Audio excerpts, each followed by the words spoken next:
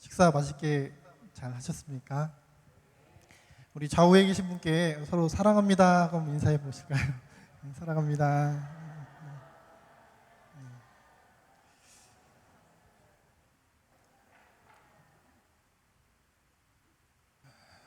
자랑스러운 침례교회, 침례교를 빛낸 분들 8분들 가운데 오늘은 찰스 스펄전과 그리고 마틴 루터킹 그리고 록펠러 이렇게 3명의 인물을 한번 이렇게 보도록 하겠습니다. 우리 찰스 스펄전 목사님은 많은 분들이 알고 계실 것 같습니다. 지금 많은 목사님들 그분이 어느 시대의 사람이냐면 1834년에 200년 전 분이신데 책에는 지금 76페이지 나가고 있습니다. 200년 전에 분이신데도 아직도 지금 200년이 지난 지금에도 그분의 설교와 그분이 남긴 그 문학과 여러 가지 전집과 시집 많은 것들을 그렇게 인용할 것만큼 굉장히 세계적으로도 많은 영향력을 그리고 시대를 뛰어넘는 영향력을 미치셨던 분이셨습니다. 그의 별칭은 뭐였냐면 설교의 왕자, 황태자입니다. 얼마나 영향력을 미치신 분이었길래 그런 별칭이 붙어졌는지 모르겠습니다. 그는 어려서부터 독서를 아주 굉장히 많이 했던 분이셨고 또 청교도의 영향이 될 만한 그 철로역정을 100번을 읽었다라고 그렇게 저도 읽게 됐는데 그만큼 청교도에 깊이 심취해 있었던 그런 분이셨던 것을 알 수 있는데 그가 남긴 여러 작품들 가운데 12,000여 점의 작품 가운데 7,000여 점이 청교도에 관련된 작품인 것을 보아서도 그분이 얼만큼 그렇게 깊은 관여가 있는지 우리가 알 수가 있습니다.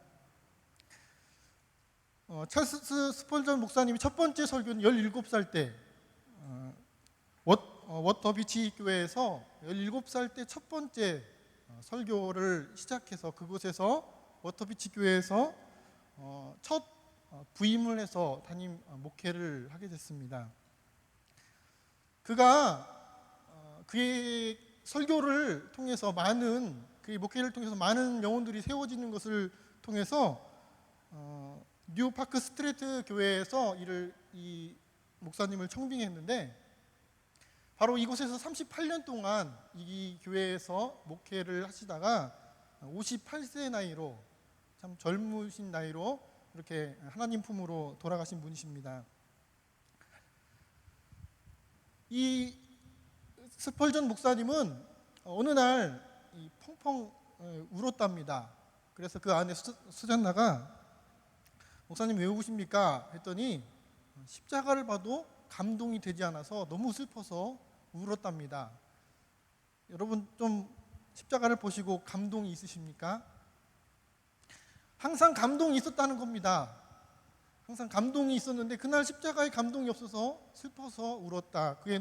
그의 목회는 정말 순수한 그러한 목회였었고 또 그의 사역지에서 그 뉴 파크 스트리트 교회가 처음에 부임할 때는 빈약한 그렇게 약해지는 교세를 보이는 가운데에 부임하게 되는데 그가 사역한 지 1년도 못 됐을 때 5,000명이 넘어지고 너무 공간이 부족해서 큰 음악당을 빌려서 12,000명이 모이는 설교가 있는 날은 그곳에 교통 마비가 일어나는 그리고 우리 책에 보게 되면 이탈리아, 스코틀랜드, 독일 이렇게 세계적으로까지 그의 영향력을 뻗쳐나가셨던 분이셨습니다.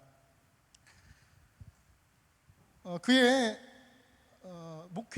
그의 목회관, 그의 믿음관은 예수 그리스도 그리고 믿음, 기도, 성령, 교리 아주 순수한 하나님을 향한 그런 열정이었습니다.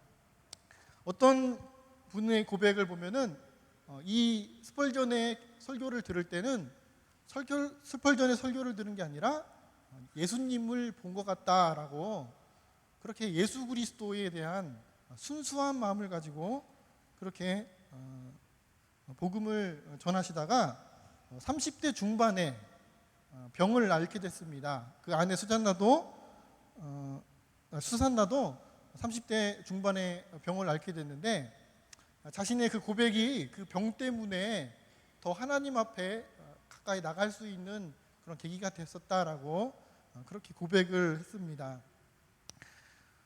이렇게 스펄전 목사님은 그의 목회관이 다른 것이 아니라 순수한 예수 그리스도 그리고 그의 가장 심혈을 기울였던 시편의 7전집을 통해서도 보여주듯이 하루에 7번씩 기도해야 한다라고 순수한 하나님을 향한 예수 그리스도의 복음을 예수 그리스도의 진리를 설교를 한 것이 아니라 진리를 전하는 것을 향해서 그렇게 200년 전에 그 불길이 오늘까지도 이어져 오는 것을 우리가 이렇게 볼 수가 있습니다. 스펄전 목사님은 그러한 삶을 사셨고 또 마틴 루터 킹은 1929년에 태어나신 스펄전 목사님은 영국 분이셨고 그다음에 마틴 루터 킹은 미국에서 태어났습니다. 1929년에 태어났는데 흑인이었습니다. 그리고 목사님이고 운동을 하신 분이었는데 우리가 잘 알듯이 16대 대통령 링컨 대통령이 흑인 해방을 선언을 했는데 말만 선언했지 흑인들은 여전히 백인들의 억압 속에서 삶을 66년간 살아오는 동안에 66년이 지났을 때 이 마틴 루터 킹 목사님이 태어났습니다. 링컨은 이 노예 해방을 어음을 냈다면은 이 킹 목사님은 이 어음을 현금화시켰던 꽃을 피웠던 인권 운동의 목사님이셨습니다.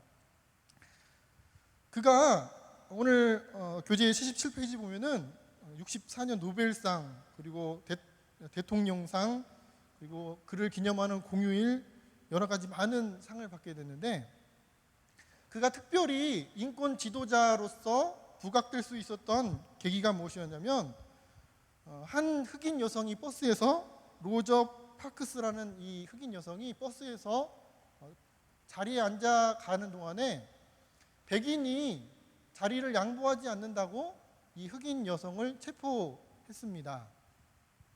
그런데 이 흑인 여성이 버스에서 그렇게 불합리하게 체포당하는 것이 그 주에 합당한 합법적인 사건이었기 때문에 이것을 통해서 이 마틴 루터 킹 목사님은 비폭력 저항 운동을 벌이게 되는데 1년여 동안 이렇게 벌이는 가운데 결국에는 이 비폭력 저항 운동에 손을 들어줘서 바로 이 계기를 통해서 마틴 루터 킹 목사님께서 이 인권 운동의 지도자로 리더로서 세워지는 그러한 계기가 됐습니다. 그리고 가장 큰 역사에 남은 가장 큰 기록이 남겨진 것은 워싱턴의 대행진이었는데 워싱턴 대행진에는 25만 명의 사람이 이 비폭력 저항 운동에 참가하게 됐는데 그곳에 주목할 만한 것은 백인도 6만 명이 참석했다라는 것입니다. 그리고 이 행진이 다 끝나갈 무렵에 이 루터 킹 목사님이 연설을 하나 했는데 이 연설의 제목이 뭐냐면 나에게는 꿈이 있다. 이 꿈의 내용이 무슨 내용이냐면 노예의 자녀와 노예 주인의 자녀가 함께 식탁에 앉아서 밥 먹는 그런 꿈이 내게 있다. 노예의 자녀와 노예 주인의 자녀가 손을 잡고 함께 노는 그런 꿈이 있다. 사회적으로 여러 가지 면으로 그러한 나에게는 꿈이 있다라는 여러 가지 그 연설을 통해서 오늘 그가 노벨 평화상을 1964년에 받게 되는데 63년에 이 연설을 하게 됩니다. 바로 이것을 통해서 노벨 평화상도 받게 되는데 그가 이제 이 운동에 참여함을 통해서 30번 정도나 체포당할 정도로 그렇게 어려움을 겪는 과정 속에서 한 번은 이제 저소득 청소부들의 저임금을 그러한 것을 저항하는 그러한 비폭력 운동을 진행하기 위해서 멤피스라는 곳에 그러한 도시로 갔다가 백인의 총을 맞고 39살의 나이로 참 젊은 나이로 그렇게 세상을 떠나게 됐습니다. 이 마틴 루터 킹이 그가 가지는 비폭력 저항 운동의 그 계기가 됐던 것은 예수님의 산상수훈이었다고 합니다. 예수님께서 저항하지 않으셨습니다. 바로 그 저항하지 않으신 그 예수님을 보고 이 킹 목사님은 마음에 개인적으로 그러한 비폭력 저항을 마음을 품게 됐었는데, 그가 그 비폭력 저항을 실제적으로 이루어낸 것은 인도의 간디의 비폭력 사상을 영향을 받게 됐습니다. 그리고 이것을 완전히 꽃을 피운 것은 하나님의 사랑이었습니다. 우주적으로 하나님께서 모든 것을 사랑하시고 모든 것 가운데에 하나님께서 주관하심을 신뢰하기 때문에 킹 목사님은 백인들을 무엇으로 비유했냐면 선한 사마리아인의 강도 만난 자로 비유했습니다. 흑인이 강도 만난 자가 아니라 흑인은 선한 사마리아인이고 자신들을 압제하는 백인들은 하나님이 주신 사랑을 지금 떠나 있는 그러한 강도 만난 사람들이기 때문에 우리 흑인들이 그들에게 사랑을 회복할 수 있도록 도와줘야 된다라는 하나님의 사랑, 그것을 통해서 반드시 하나님은 이루신다라는 그 믿음으로 그는 폭력적이지 않고 비폭력적으로도 이 저항운동을 끝까지 진행했던 그런 분이셨습니다. 그리고 이제 세 번째로 록펠러인데요. 록펠러는 우리가 너무나 잘 알고 있는 알려진 것은 세계 최대의 부자였고, 또 제가 기억하는 것은 오른쪽 주머니에는 11조를 항상 그렇게 오른쪽 주머니는 11조 주머니다라는 것을 제가 그렇게 기억하고 있는데, 이 록펠러는 이 스펄전 목사님보다 4년 후에 태어난 1839년 5년 후에 태어난 1839년에 태어난 미국에서 태어난 분입니다.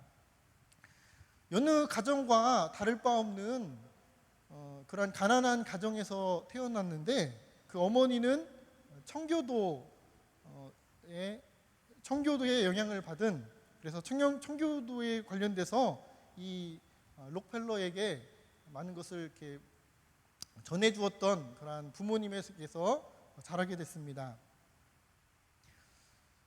이 록펠러의 인생을 보면 이분은 98세까지 사셨는데, 그의 인생의 전환점을 찾자라면은 오늘 우리들이 교재에 보면은 그 책에 보면은 좋은 말만 써 있습니다.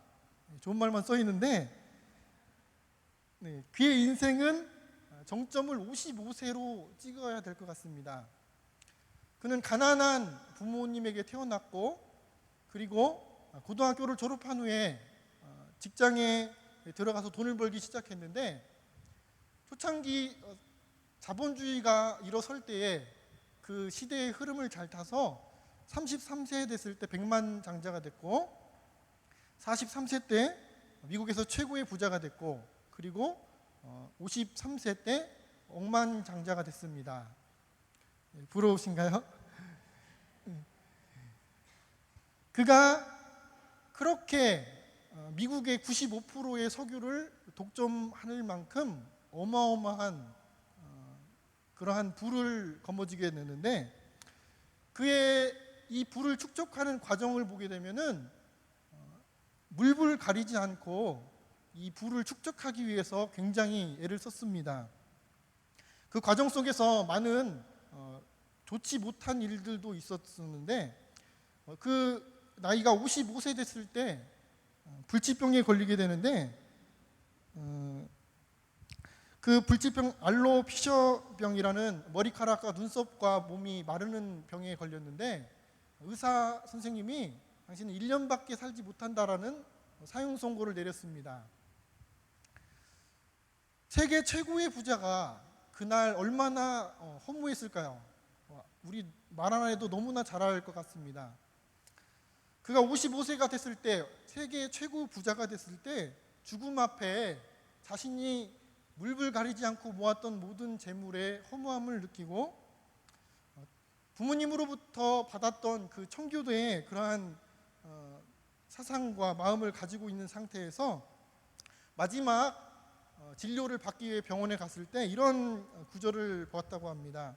주는 자가 받는 자보다 복이 있다라는 그런 글귀를 보게 되고 눈을 감고 그것을 생각할 때 옥신각신하면서 병원비를 가지고 싸우는 것을 옆에 봤을 때 몰래 살짝 이 병원비를 무료 대납해 주는 것을 통해서 첫 번째 자선 사업을 시작했다고 합니다.